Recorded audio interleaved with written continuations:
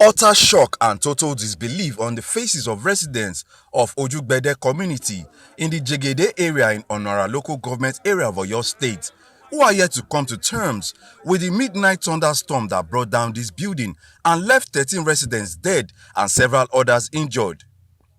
Agony and regret permeates the atmosphere of this community as corpses of relatives who were alive yesterday and now dead are laid bare on the floor with onlookers perplexed.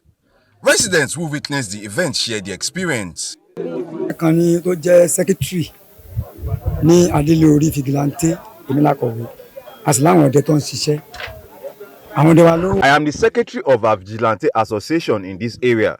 The security men alerted me around 3:30 a.m. that a building had collapsed and we rushed down here. The late owner of this building was a very kind father to us in this community and takes care of all, most especially people with mental disorders.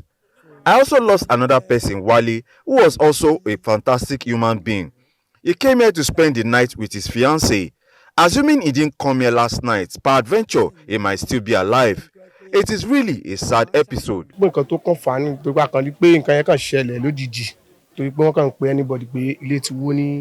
one can say for sure what was the actual cause of this incident.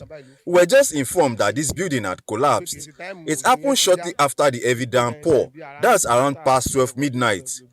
We found it an Herculean task to rescue victims here. More than 10 persons lost their lives.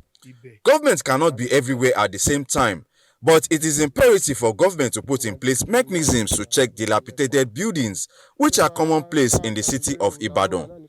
We call on government to check the spate of building collapse in our state.